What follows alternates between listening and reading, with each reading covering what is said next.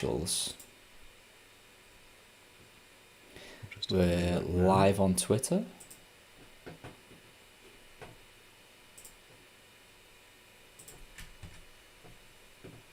How do you know it? Ah, yeah, because it's right up at the top there. I don't Sometimes see it us. doesn't show me anything up at the top. I don't see us on Noster. Please correct me if you guys can see us. I'm just about to check. Definitely see us on Twitter.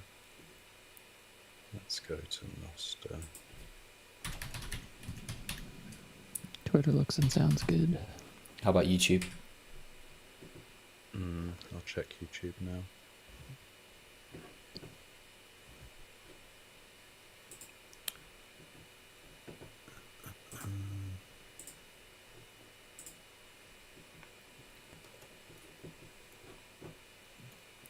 Just wait for a couple more minutes for everybody to flow in and we figure out some minor technical stream details. Tech Friday live now. Let me just have a look.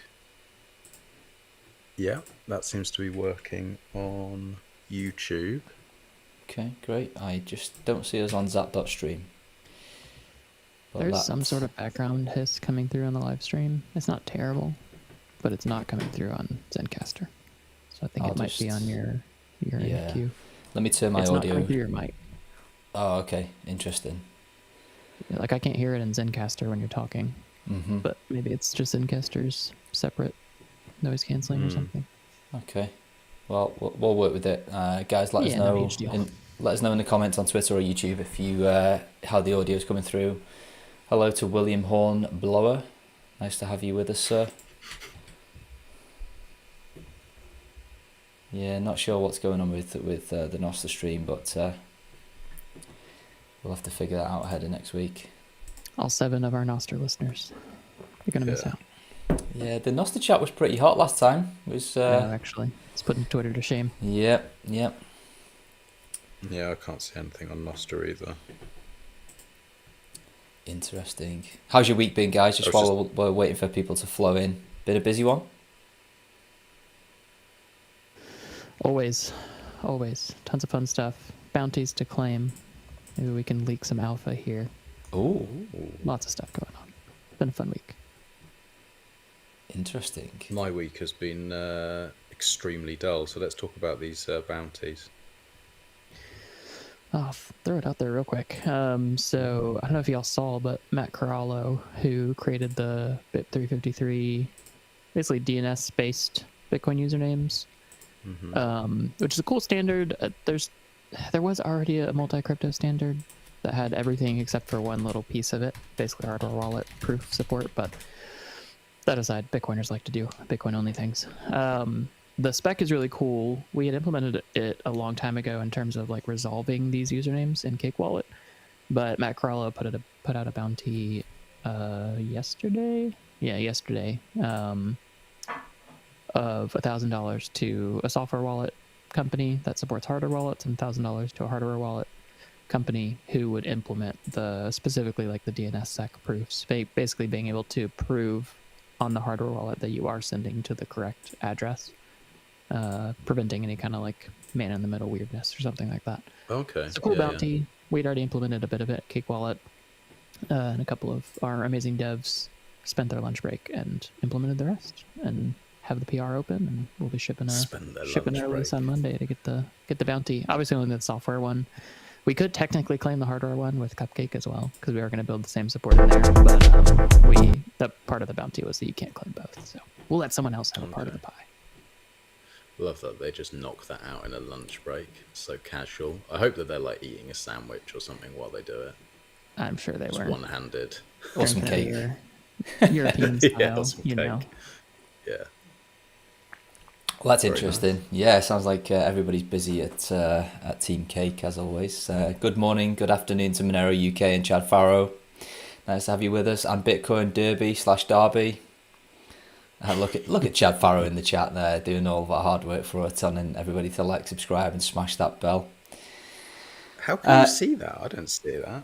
It's coming through to the through Restream onto the live stream. So if you're watching the stream, you'll see it pop up. It's just because there's a delay. You're seeing it live, and I'm seeing it a minute later live. That's Yeah, to William Hornblower, what about Zap.stream? It's all set up. It must be a break in the connection somewhere between Restream and Zap.stream. I've just checked it. Everything's set up. So unless there's something on the Zap.stream side of things, I am not sure why that's not working. So we'll have to do some troubleshooting there ahead of next week. Chad got to go to this channel. You're absolutely right there. That is if Max doesn't get us banned from YouTube before then. Oh, I just did. I actually got another warning yesterday. We got another strike. Oh no. Genuinely yesterday. What's that one for? Give us the details. I can't remember what it was for. Like some extreme language or something like that. Extreme language? Surely not. It may have been John actually. I can't. Anyway, it was one of our ones, and it's got us in trouble. Crown will fill the details in, I'm sure, but we get them quite often. Interesting. Okay, well, we may or may not be back and available on YouTube next week, depending on how things go on that front. But we'll just have to see how that pans out. But anyway, thank you to everybody for joining. Welcome to Freedom Tech Friday. This is, I can't believe it already, it's the third show. Hopefully this third show will go a little bit more smoothly than last week. I somewhat naively left Max in charge of all of the technical stuff. What you were doing. So I was on as Max called it, a hen party with all my girlfriends and drinking Pims and margaritas. So hopefully normal service will be resumed this week. Hopefully I don't have a connection dropout like I did on the first week, because I actually have a new router, guys, at long last. Ooh, I bought one of these Flint routers, and no, before all of the network maximalists ask, I haven't flashed any custom software on it just yet. But the main thing is, it seems to have fixed all of my internet woes, and I can actually have more than one device connected to my router at any one time before shit starts dropping out. So that's always nice. Was it the Flint 2?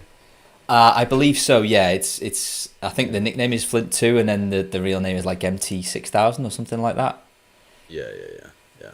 So far so good. Yeah. Tell me a bit more. I mean, I know of the company that makes them, but I've never heard of the Flint specifically. Like, what was the draw there? The draw there basically is, number one, it runs on some beefier hardware than the piece of shit that my ISP sent me, so it can actually cope with a decent number of connections. And then from what I've seen within the first couple of days, is a lot more customizable. You can have Wi-Fi level VPNs. You can configure all sorts of port forwarding, and there's just a lot more customizations. And you can flash open source firmware on there. And I believe the most popular one, correct me if I'm wrong, Max, is OpenWRT, is it? Yeah, that's what everyone was using. And Nice. And I had the same router. I gave it away before I left the country, but it was pretty decent. And there was also, the draw was, there was quite a few people in TSB and some of our other shared groups that made like a little Flint group and like troubleshoot together and help each other out. So quite often when those sort of things pop up, I'm like, oh, okay, at least there's people to help if things go wrong. But it was very good. Good. Yeah, I mean, I'll be able to share more in the coming weeks as I get more to grips with the kind of getting under the hood of it all and doing some more customizations. But for now, like I say, my main goal was to just have functional internet. William Hornblower, did you measure the wattage of your Flint 2? Absolutely not. I'm curious why I would want to do that. Is it a big power draw or something like that? I mean, yeah, seems a strange There's no one. way. It's running like a mobile CPU and a gig of RAM. Like, it's not going to be crazy, but I'm sure it's not. You're Oh gonna no, be it says fine. under 20 watts is on the spec sheet. So I'm going to be... I think you'll survive. I'm going to be open and honest and say I wouldn't even have a clue how to measure it anyway. You can get cool, basically like a plug that plugs into the wall and then you plug the device into. Okay. Give you a live readout on wattage and wattage over time and stuff like that.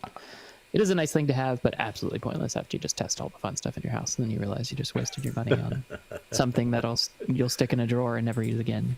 But Your it bill will does still be the sate same at the end of the curiosity. month. Yeah, exactly. You're like, well, can can't unplug my router, so I'm glad I know it uses 30 watts now.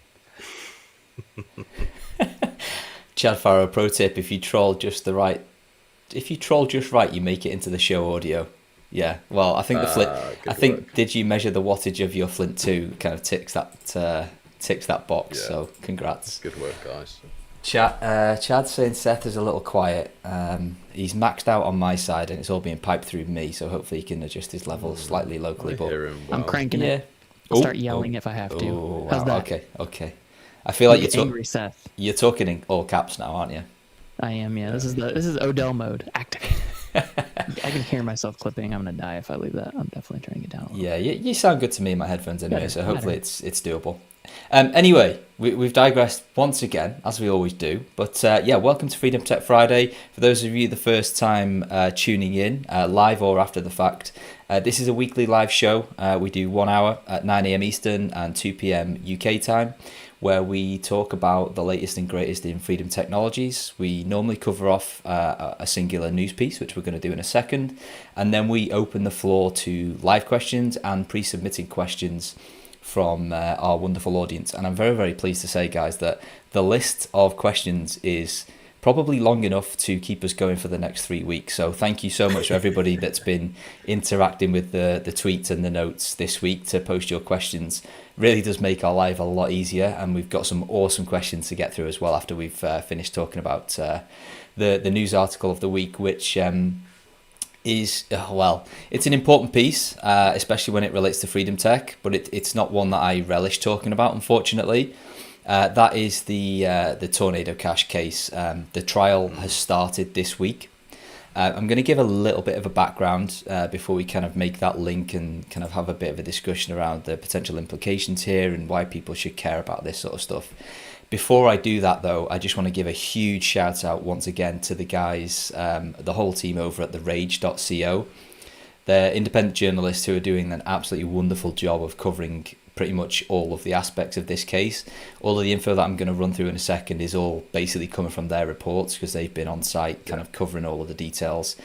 So massive shout out to Lola and to David and the rest of the team. I'm not familiar with the rest of the names, but I just think they do a wonderful job, and they are massively underappreciated in the space for being able to cover, the more difficult topics like the Tornado Cash and the Samurai case as well. So hats off, keep up the great work, guys, because it's super informative, and for people, privacy advocates like ourselves, it's really important to stay up to speed with this. But anyway, a little bit of a background. Tornado Cash, the case started this week, and unfortunately there is a chap called Roman Storm, who is being tried on conspiracy to commit money laundering and conspiracy to violate economic sanctions under the US International Emergency Economic Powers Act, or IEEPA. There's a government analogy for you.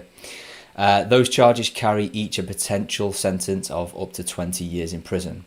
There was also initially a third charge as well of operating an unlicensed money transmitting business. However, a part of that charge has been dropped by the prosecutors, we believe in response to the Trump administration's recent Blanche memo, which kind of directed the halt of prosecutions for cryptocurrency operations purely on the basis of a lack of licensing. So it's regulation through prosecution, essentially. There were many of us in the space that hoped that this was going to be enough to get both the Tornado Cash case and the similar cases like the Samurai wallet cases dropped. Unfortunately, neither has happened, but it has been, a slight positive in the sense that with the Tornado Cash, they've kind of partially dropped the unlicensed money transmitting business, but unfortunately, they're still going after Roman Storm. So there was a huge 37-page indictment, which I believe is actually quite short for a case like this. But it talks about how the famous Lazarus Group, with hackers linked to North Korea, used the Tornado Cash protocol to kind of quote-unquote launder funds. The Lazarus Group, of course, is well known for in the crypto space for some of the largest hacks, and they've allegedly used Tornado Cash multiple times to again quote unquote launder millions of dollars worth of Ethereum to try and kind of cover their tracks. However, the key point about the indictment and what it leaves out, although the Lazarus money is the main basis for the money laundering charge in this case, the prosecutors have not once claimed that Storm or his co-creators have ever actually had any interactions with the Lazarus Group or indeed North Korea. So this makes the idea of conspiracy somewhat questionable, in my opinion, since the word means breathing together is a quote from the article from The Rage, which implies communication. So can there really be conspiracy without making any communication? I'll leave that one open to discussion later on. So we've had a couple of days worth of the trial already this week, and I believe the third day is ongoing as we speak. Some summarizations, the prosecution strategy, as I've said, they aim to link Storm to various scams and hacks where the perpetrators have used Tornado Cash to anonymize illicit funds. And again, I'm using air quotes here and quoting people. The prosecution argues that Storm has maintained the protocol's infrastructure and profited from its use despite the claims of limited control. The defence's position is somewhat different. They emphasize that he developed Tornado Cash, there's no secret there, as a privacy tool for legitimate users. They argue that he had no involvement with any fraudulent activities cited by the prosecution and that the protocol was widely used for lawful purposes. More common sense. Great to hear.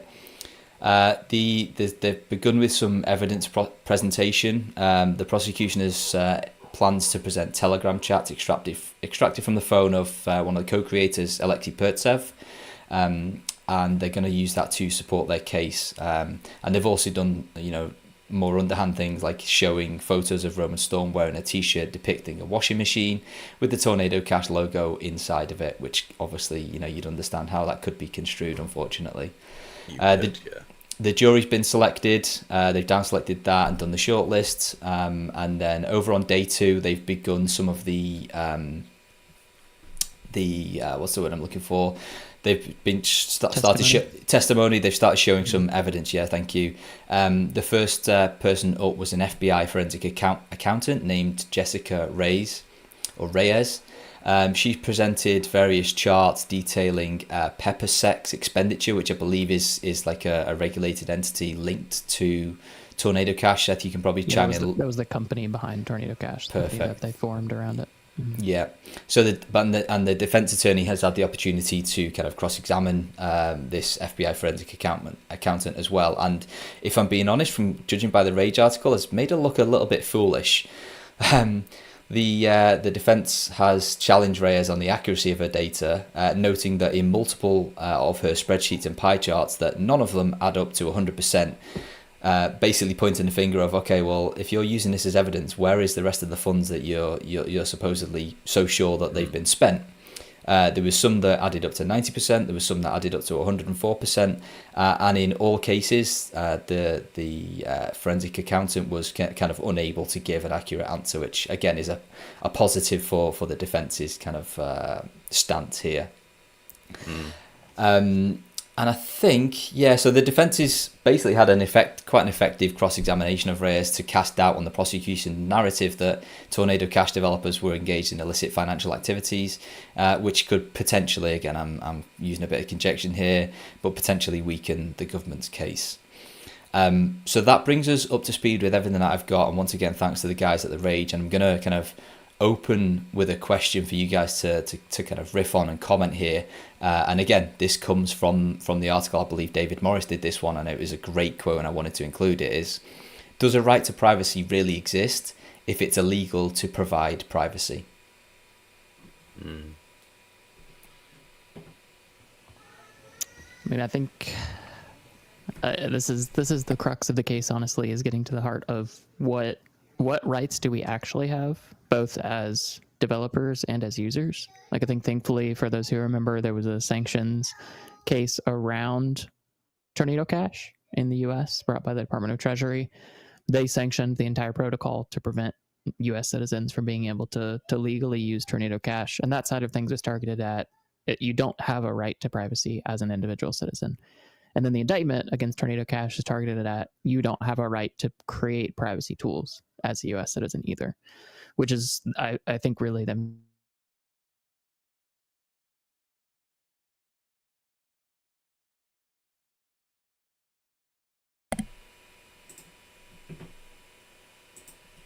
Did we lose Seth?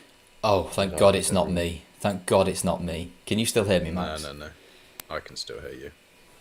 All right. Well, while he's yeah, I'll let you take it away. Yeah, it definitely feels that way. And when we're using these technologies, I know most people listening to this are probably more heavy on Bitcoin and Monero, but with these chains that are trackable, it's very dangerous. That's the thing that they leave out. I think it's not seen or not expressed, as far as I can see, in these courtrooms, the positives, the benefits of being able to not leak all this data about your finances. And it's extremely dangerous. I feel like every couple of weeks when we do the Bitcoin brief, there's another story of another person who's had family members kidnapped, or they've been tortured, or something terrible has happened because somebody has found out that they have a significant amount of a cryptocurrency and they try to take it from them. And without these tools on open public blockchains, it's very, very dangerous for the end user. So they're talking about protecting people, and that's what these agencies are supposed to be there for. But at the end of the day, what they're really doing is hurting people, and they're taking away tools that can protect people's families, and that's extremely dangerous.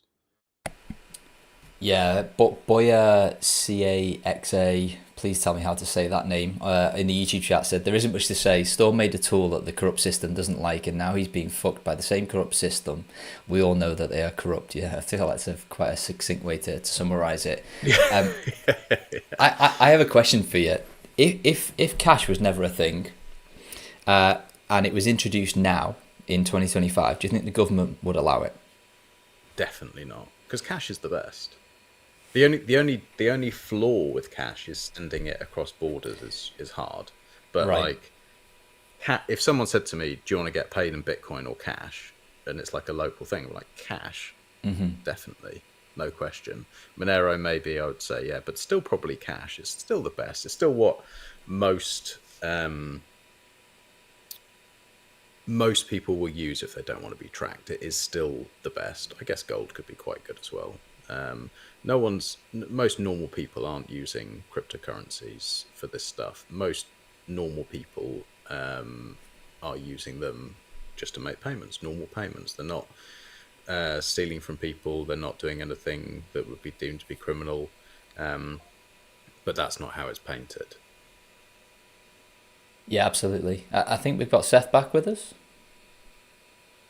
Theoretically, I should be back. There we go. Okay. We can hear you now. I don't know if you can remember where you were, but if you want to pick up where you left off, please feel free. Yeah, I don't know exactly where I got lost. I was in the middle of talking and then noticed that it just lost all internet on all of my devices, which is beautiful. Yeah, I mean, I'll just very quickly recap what I was saying because I'm not sure exactly where it cut out. But basically, I was just saying that there was the sanctions that were stopping individuals from having a right to financial privacy. And then there's this case that was targeted at making it so that developers don't have the right to build privacy software.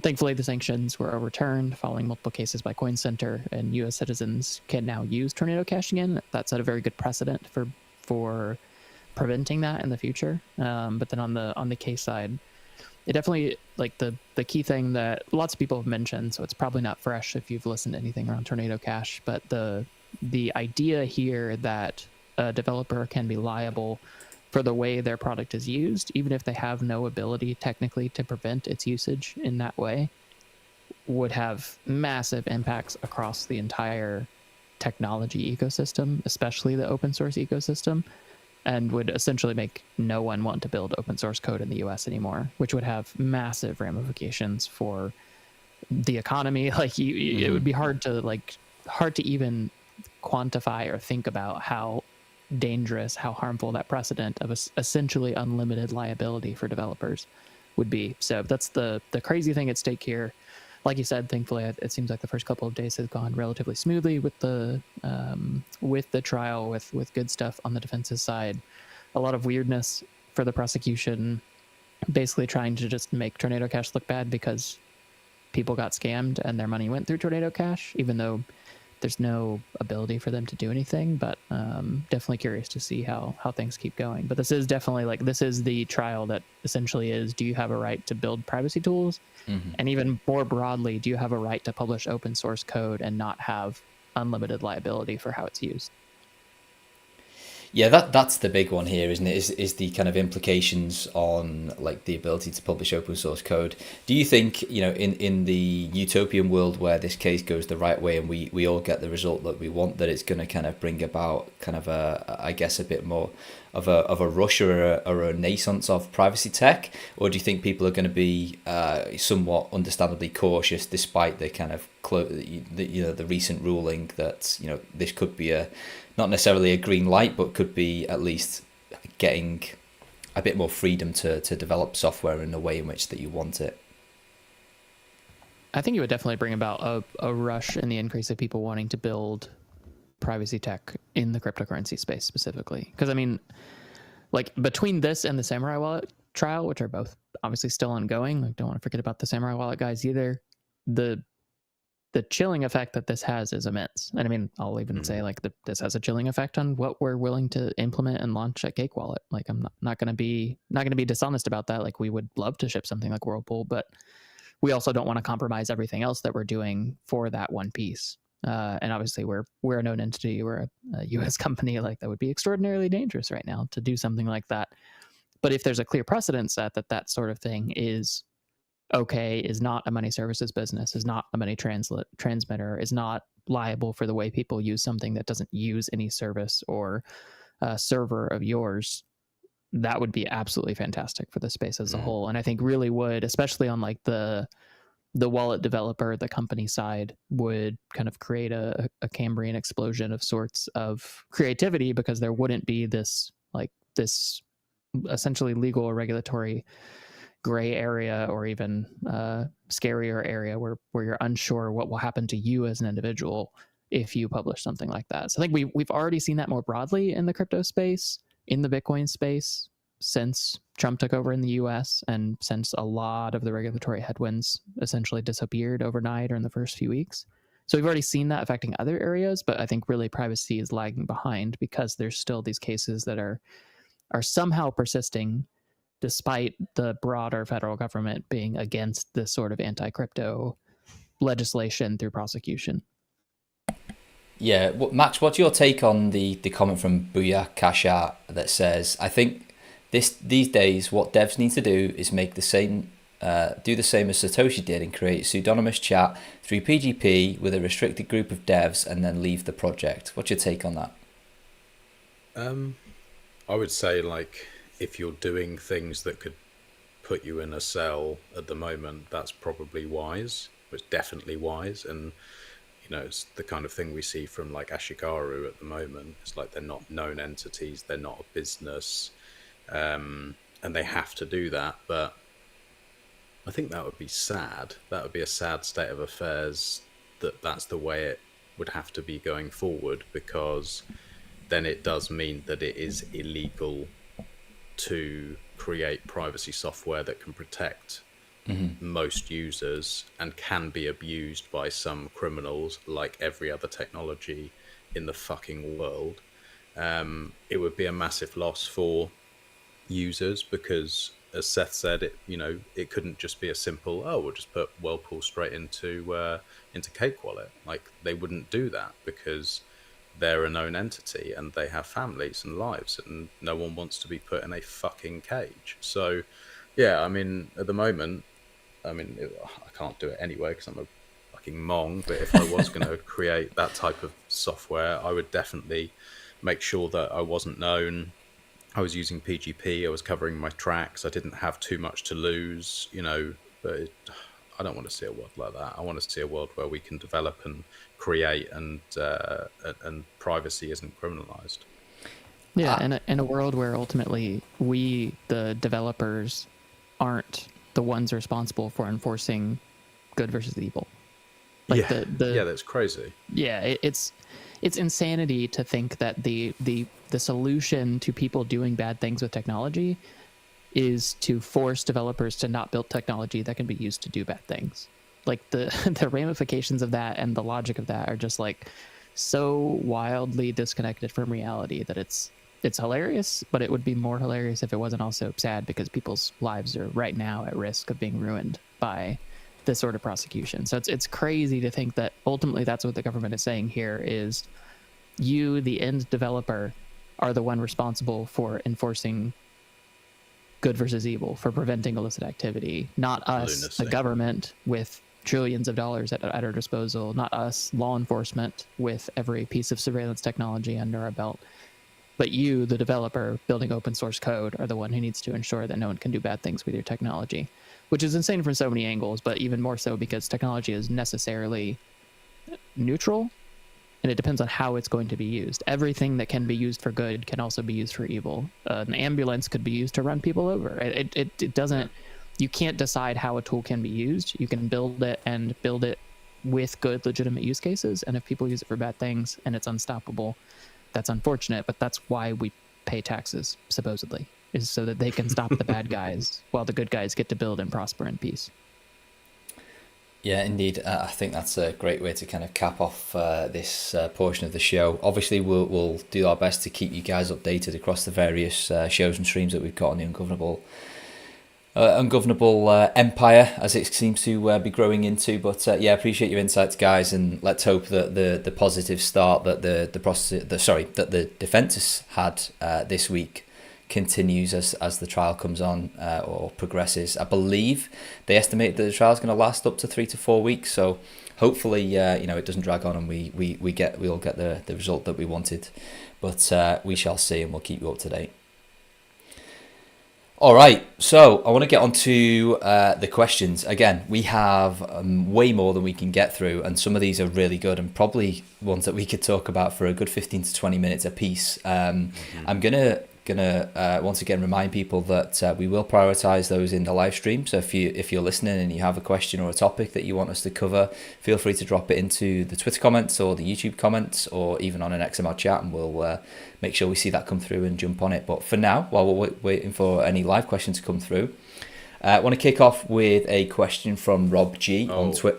Before you do, should we just mention that the top 3 questions this episode are going to win some sats or picos thanks to Cake Wallet. So every time you tune in here, you have the chance to win a prize if you enter whatever competition we're running, and this time it's best questions. Yeah, we're going to do $50 for the top 3 questions, $50 each for the top 3 questions. You choose if you want it in Bitcoin on-chain, Bitcoin Lightning, Monero, name it, claim it. We'll ship it to you. Very nice. Awesome. All right. Thank you, Cake Wallet. Yeah, there's an incentive. Thank you, Cake Wallet. With that said, going to kick off with the first person to respond to our tweets this week was Rob G on Twitter. And his question is, multi-sig versus single-sig plus passphrase for a non-public Bitcoiner with their life savings in Bitcoin. To clarify, there are a few attack surfaces / vulnerabilities I can think of that a 2 or 3 multi-vendor multi-sig would help me sleep better about, but I'm not sure if they are worth the extra effort. But here they are anyway. Number 1, bad entropy in the random number generator of your hardware wallet. Number 2, some type of manufacturer attack where they pre-programmed the hardware wallet to generate known seeds and will one day, quote, retirement attack all of their wallets by sweeping everything. And number 3, malicious firmware updates. Number 4, supply chain attack on your hardware wallet whilst en route. Very detailed question. That's a great question. It is a good question, yeah, very detailed, and I appreciate the follow-up tweet to give us the extra context as well, to kind of spell out what you or whoever it is that you're referring to is worried about. I think you can, without jumping down the multi-sig rabbit hole straight away and just trying to keep everybody's self-custody or cold storage setup as simple as possible for as long as possible, which is, for those of you who have heard my voice on any podcast, is what I always kind of try to wax lyrical about, is just keep it simple for as long as you can. But some of the stuff that you are worried about, bad entropy, some retirement attack from a pre-programmed hardware wallet, and malicious firmware updates, etc. All of those things can be mitigated even in a single signature setup by choosing the right hardware wallet and buying directly from the manufacturer. Open source software that's reproducible and verifiable, it would enable somebody with the technical know-how to spot bad entropy or low quality entropy. The same goes for the kind of retirement attack. You can obviously fix that by bringing your own entropy if you're advanced enough, but once again, I would urge extreme caution in doing that. And again, a decent hardware wallet will also have a supply chain kind of validation check or a security check as part of their onboarding, such that you can, if it passes that test, you can be sure that the firmware on the device has not been altered whilst it is en route to you and after it leaves their factory. But with all that said, yes, would somebody in that position gain some extra security from going to maybe a passphrase wallet or even a multi-sig wallet? Yes, absolutely, because again, in the instance where you are using multi-vendor multi-sig, even if you buy one of the worst pwn devices on the market, if that's just one key out of a possible 3 where you need 2 to sign in the instance of a 2 or 3 multi-sig, then you are protected from that specific device being the biggest piece of shit known to man. So yes, you do get extra protection from vendors, as well as of course all of the obvious stuff that you also get with multi-sig, being that you don't have any single points of failure, and you just make yourself a lot more difficult to attack. But again, as always, there's trade-offs with that increased security. To name just a few, you've just got more stuff to look after. You've got, let's say in the 2 or 3 scenario, you've got 3 devices, you've got 3 sets of seed word backups, so there's potentially 6 locations that you need to store sensitive items. Most people are probably going to struggle with that, and which would then push people to go down routes that may compromise or degrade the security of that by keeping devices close by or keeping seed words in easier to access places. Like, it just depends very much on the person. And then the descriptors and all that stuff as well. In fairness, like, that is getting easier. That is for most multi-sig wallet coordinators these days, is just store this file or print this piece of paper. So there's a million and one ways that you can do that. Obviously, you need the knowledge that you need to store that, and more specifically, multiple copies of that in different locations. But most of the good coordinators will walk you through that as part of the onboarding anyway. So I believe that is less of an issue than it used to be, but it is, of course, another thing, yet another thing that you need to store when you go down the route of multi-sig. So again, another piece of the trade-off. So again, I'm going to take the easy route to say, look, for Rob G or the person that he's talking about, it's impossible for me to say what he should do or what the person that he's referring to should do, because I just don't have the full understanding of what that person's scenario is like what their competency, their spouse's competency, because inheritance is obviously a huge part of this as well. It's no good having the most secure setup in the world if your Bitcoin's going to disappear with you because your wife or husband has no idea where you kept all of your 3 devices, and even if they did know, do they know how to get into them and operate them and coordinate them together to sign a transaction? Like, that's going to be difficult enough for a non-Bitcoiner with one hardware wallet. You multiply that to 2 or 3, and then they've got to use a piece of software they're not familiar with. It's going to be difficult. So yeah, trade-offs all the way down. My advice: keep it as simple as you can for as long as you can. The biggest cause of loss for most people's Bitcoin is that they fuck themselves out of it rather than somebody holding a gun to their head. So you probably don't need as much security as you think you do, but with Bitcoiners, it pays to be paranoid, and it pays to kind of plan ahead and think of the worst case scenario. So I fully appreciate the kind of threat modeling, and hopefully the points I've raised will give you some food for thought. But guys, I don't know whether you've got anything else to add to that. I just want to just harp on 2 things. You mentioned everything I would normally mention going through this, but the 2 things I want to just kind of reinforce again. The main thing when I think about this and talk to people about this that is often not considered is that inheritance angle of, like, that's great that you're this very technically savvy, very experienced Bitcoiner.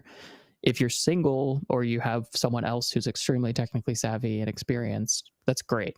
But for most of us who are married or have children or have a family who are not technically savvy or who are not Bitcoiners, the idea of having them be able to, in the middle of grieving and trauma, because that's the assumption here, is that something really bad has happened, in that I'm not able to access my Bitcoin stack, and instead my wife does or something.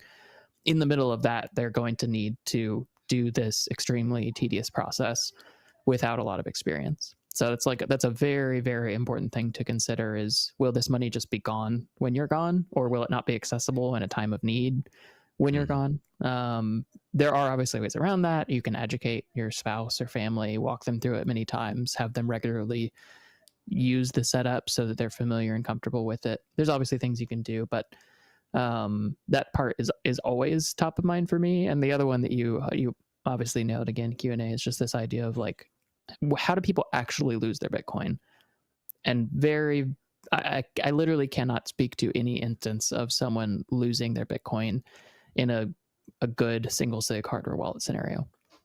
Outside of phishing, where it doesn't matter if it's a multi-sig or something, because if you're vulnerable to phishing, you'd give up 3 seeds instead of 1. But in most scenarios, it is just people screwing up and losing their money. So keeping things simple for most people is far, far, far better protection than going advanced with security. But just like you said, we don't know your specific scenario, your specific situation.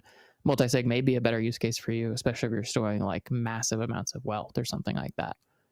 It could be better. It very much comes down to, you need to figure out, what am I trying to protect? Who am I trying to protect it from? And what lengths am I and those close to me willing to go to protect it? Yeah, well said. Thank you for the question, Rob G. That was a great one, and hopefully a lot of people have got some insights from that one. Excuse me. I do have a couple from the live chat. Kortik, I won't spend some time answering this in detail because I know it's a tongue-in-cheek question, but I'll read it nonetheless. Do you think not users spend their Bitcoin ever, and how is their fee estimates? He's referring to, obviously, to the filterer crowd, which I'm not one of, but I do have an interesting anecdote here. Hit us with it.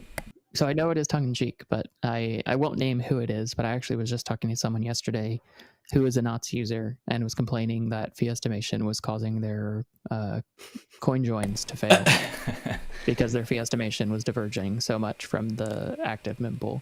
So obviously that's not necessarily everybody. This is somebody who has like a really cool, really cypherpunk stack doing things the right way, but was using knots and had run into issues because of it. So that was the first like real world example of someone who I know was actually trying to use and spend Bitcoin and had problems because of knots and had to swap to using Core to be able to properly use CoinJoin. So an interesting example of that that people should keep in mind. And all of that is while we're having a fairly low fee environment. So presumably that would be massively exacerbated when fees get a bit spicy. Yeah. Now's like the best case scenario for a NOTS user putting on their mempool blindfold. Yeah, that's very interesting. Okay, well, there you go, Kortik. Thank you for the question. Next one comes from Vibrant Subtlety. How do you assess the new trade-offs involved in using a seed signer, which was initially built to be fully buildable with off-the-shelf hardware, and that now has now the focus has shifted towards incorporating a larger custom LCD display hat? Does this shift undermine the platform's original DIY ethos and their flexibility it provided to users? So, I mean, I'll take that quickly. I'm not familiar with the custom LCD hat, but I'm guessing that the fact that you're saying custom is that this is no longer, something that you can just go and buy off the shelf. If that is the case, and again, I'm saying that with a big if because I'm not familiar with it, then yeah, it would diminish the kind of DIY nature, which for me is the biggest selling point of a seed signer, is that, if you're in a jurisdiction where you just cannot, or it's too risky for you to import a passport or similar kind of pre-manufactured hardware wallet, but you wanted air-gapped security or air-gapped multi-sig, then seed signer was kind of one of the few options that you had. But with that said, I guess to kind of push back on my own narrative, like if you can get this custom LCD purchased separately, then it's still the same kind of approach, isn't it? You're just buying parts in. Just presumably if this is a custom LCD that you can only get from one manufacturer, then as long as you're buying the parts in separately, I don't see it being too detrimental to the kind of ethos or what you're able to do and where you can do it with a seed signer. Don't know what you think, Max. Yeah, no, I agree with that. I think the signer is incredible, especially for certain use cases. I've said it many times. It's not something I personally use myself, but I see a massive use case out there for it, and I think it's one of the ones. If I was going to build a clever multi-sig setup, it's probably the other device that I would use outside of a passport. So huge respect for them. I don't think that it diminishes anything. Basically, what you've just said is spot on. I can't really add anything to that. Yeah, I mean, my understanding of this is like, just because people can build one using a custom LCD hat, it doesn't change that you can still build and use it with the regular off the shelf parts. Like as long as the firmware continues to support both LCD hats, there's no restriction for you as the end user. It just adds extra flexibility for those that do have access to this LCD hat or already have one lying around from another project or whatever. So I think as long as the firmware continues to support the off the shelf parts, which as far as I understand it absolutely does and absolutely will continue to, it doesn't cause any problems for those who want to go the traditional route. It just means that there's more optionality for those who are more building it as a fun tech tool rather than necessarily like the most hardcore threat model of wanting it to be only off the shelf hardware. Yeah. Agreed. Yeah. William Hornblower has asked, does Foundation Core / Prime have analog precaution like anti-exfil, Jade, or anti-klepto bitbox? Obviously, I'll be able to take that one. So yeah, this anti-klepto, anti-exfil, to quickly summarize, again, it is quite technical and the full details of it are even way above my pay grade, but it's essentially a way to detect or prevent your hardware wallet from leaking or over time private key data through either malice or incompetence. USB devices like the Jade or the Bitbox are able to do this because they have that kind of active permanent connection with the kind of coordinator software that they're connected to. So it's much easier to do that in a way that isn't detrimental in any way, shape or form to the end user. They don't even know it's happening. It just happens through the USB kind of bus communication. With air gap devices like Passport Core and Cold Card, etc., is no different. When we interact with SD cards or QR codes, to be able to introduce the kind of anti-exfil, anti-klepto, depending on what you want to call it, would basically be what it would mean is an extra round of QR codes back and forth, which is clearly a massive hurdle for user experience. Like if you're in the wrong environment with the wrong device trying to scan QR codes, it can be difficult anyway, depending on the hardware wallet you choose, of course.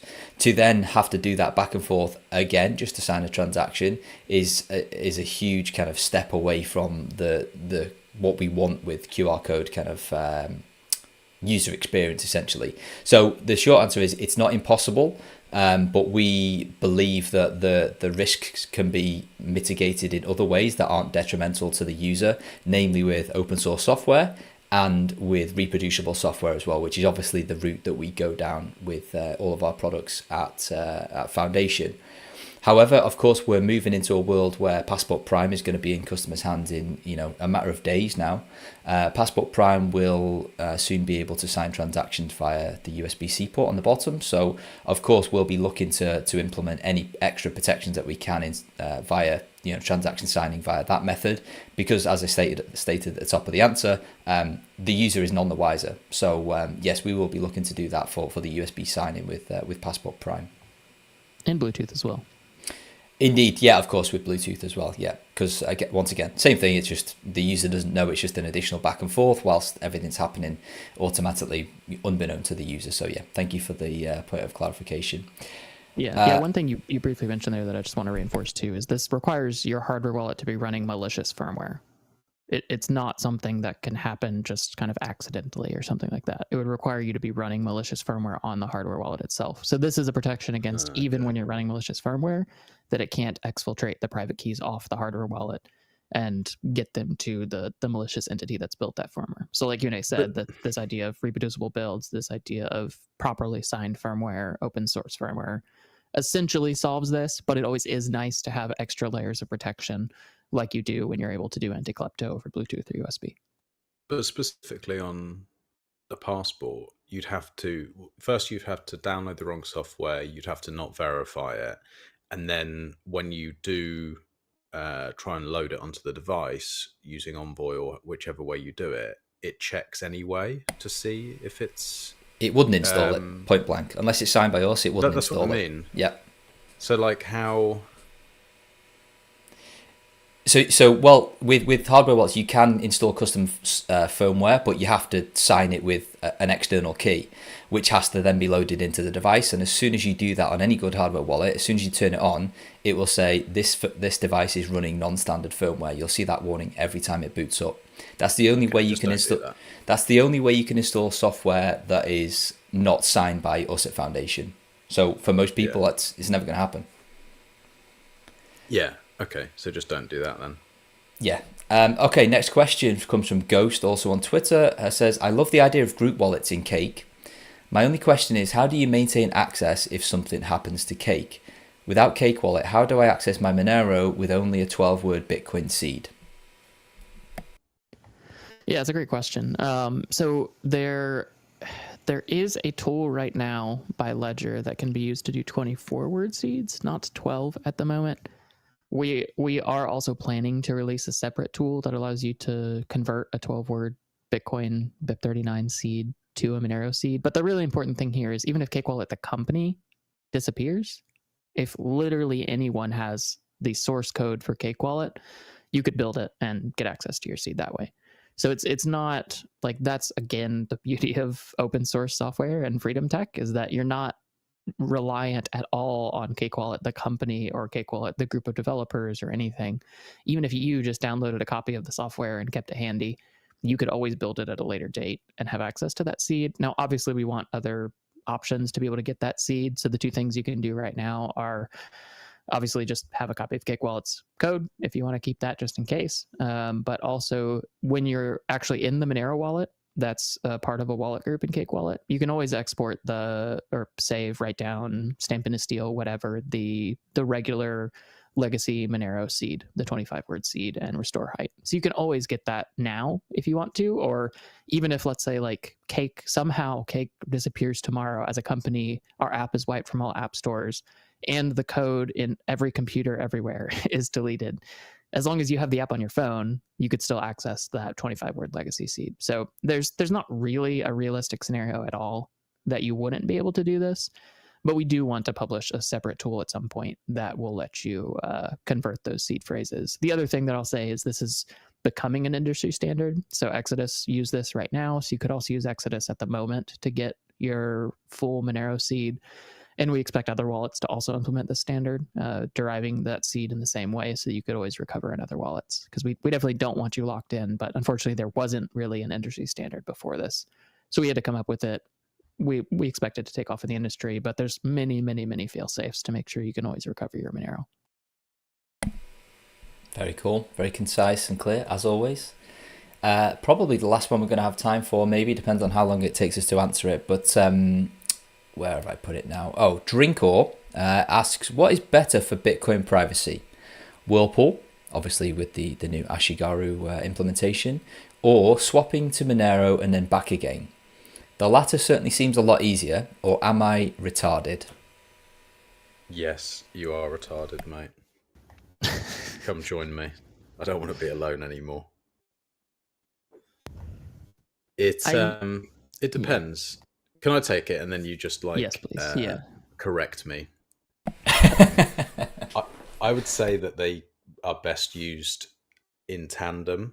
There are, from my understanding, issues with just swapping from Bitcoin to Monero, because obviously, or the other way around as well, because of the traceability side on the Bitcoin side.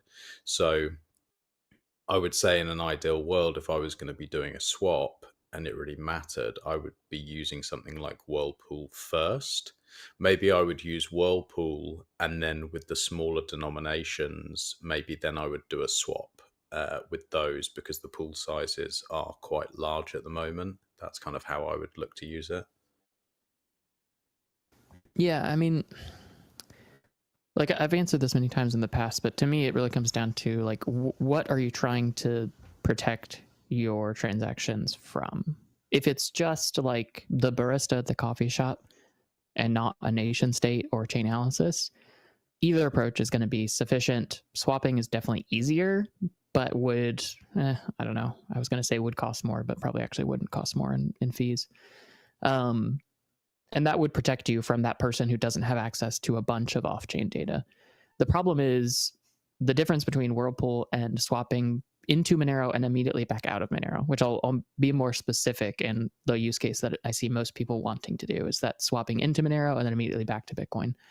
The difference there is that in Whirlpool, no one knows exactly which output is yours in that mixing round, except for you. Not even Ashigaru or Samurai, whoever's running the coordinator. Only you know which output is yours. On the swapping into Monero and back into Bitcoin side, technically no outside observer knows that the Bitcoin on the other side is yours, but the instant exchange that you use, or potentially the atomic swap provider or peer-to-peer swap partner, whatever route you're taking, most people are just going through an instant exchange because it's far easier and quicker. That person obviously knows that you're the same on the in and out, unless maybe you do it in separate swaps and you do over Tor and you like refresh your session, like you do a lot of extra steps, but they could still have a really good guess that you're the same entity. And then Chainalysis, etc., those tracing firms have for years now had cross-chain tracing, which what that really means is that they use timing and amount heuristics to trace people doing things like this, swapping into Monero on an instant exchanger and swapping back to Bitcoin or Ethereum or something like that. So they have the capability to make very, very, very, very well-educated guesses about that behavior. So Whirlpool, I would say, is more effective when it comes to breaking deterministic links. Swapping through Monero is something I just generally don't advise because there's so many potential foot guns, so many potential problems. But for simple surveillance protection, it can be good enough. But really the best way to do that would be to use Whirlpool so that you have deterministic links broken on Bitcoin. And then when you need to spend, you swap some of that Whirlpool Bitcoin into Monero every month or whatever, and you spend from the Monero. That's the best of both worlds. And that's what the beauty of Whirlpool coming back really enables, is that you can have like, that's really in many ways the ultimate setup for the freedom loving individual. I'll just add one other thing, which is my concern with going, if you didn't already use Whirlpool and then use that Bitcoin to swap into Monero to spend, if you just had a UTXO that could be linked to you in some way, which is presumably why you're doing the swap in the first place anyway, you don't know who's on the other side of that swap, and you don't know what they might do with that Bitcoin, and you don't know what crazy law enforcement person might suddenly knock at your door and wrongly accuse of something that you had nothing to do with. And so that, I think, is a legitimate concern, and why you should really do both and not fuck around. Yeah, I think I can't add anything of value other than what you guys have covered off, really. I think that's a great nuanced take, as always. And I guess, yeah, as always, there is no kind of perfect solution for one person. It depends where you're coming from and what your goals are as well. So I'm going to squeeze one more in just really quickly, and it was about Bitcoin ATMs. And of course, I've just lost the question. Where has it gone? Oh, here we go. It comes from Trislo Arian DeFi on Twitter. How private are BTC ATMs? Do they do face recognition or keep serial numbers of banknotes? And how do they know when you reach the daily no KYC limit? All right, cool. I can take this one quickly. With the caveat that I'm in the UK, we don't have any Bitcoin ATMs, but I know enough people in jurisdictions that do have them available to kind of hear about their experiences. How private are they? It depends how you use them. If you're giving it your kind of fiat phone number, for want of a better term, then any of the funds are immediately tied to you. If you're doing that using a quote-unquote burner number, or one that's not tied to your personal identity, then yes, maybe you can purchase a bit more privately. With that, again, comes with the caveat that they don't ask for your ID, which unfortunately a lot of them do these days, even for lower amounts. Do they do facial recognition? I would operate under the assumption that they at least have a camera facing the ATM like most of them do. So if you want to protect your privacy, then you should probably wear a mask, for COVID reasons, of course. Do they keep the serial numbers of banknotes? I've got no idea, but I, again, would say assume that they do. And how do they know when you reach the daily non-KYC limit? But again, this comes back to how do they operate. Again, if it's just that you provide a phone number and you can buy up to, I don't know, $1,000 a day, then it'll just be any purchases against the mobile number provided. But unfortunately, as I said, most of them do require more identification. So it will just be a case of tying your identity to each of those purchases, and when you hit that limit, you'll just not be able to purchase any more. It's a sorry state of affairs with Bitcoin ATMs. I was really bullish on them back in 2019, 2020, before the regulations seemed to clamp down significantly on them, even in places like the US. Seth, I don't know whether you've got any boots on the ground experience with what it's like these days in terms of the ATM landscape. No, I think you nailed it there. I mean, normally I think they're not technically extensive enough to be doing like banknote tracking and stuff, but obviously it always pays to be wary. And like you said, unfortunately, that side of things has kind of been dying over the last 3-4 years due to regulation, even in the US, unfortunately. Yeah. And it's also worth being COVID safe if you're going to be using one of these, because they will have cameras, and if they don't have cameras, then the place that you're using it will have cameras. Mm-hmm. So I used to use these quite a lot in the UK many years back, and I would always go masked and glasses and hat and make sure that I was using a burner and all those sort of things, because it's very, very easy with facial recognition.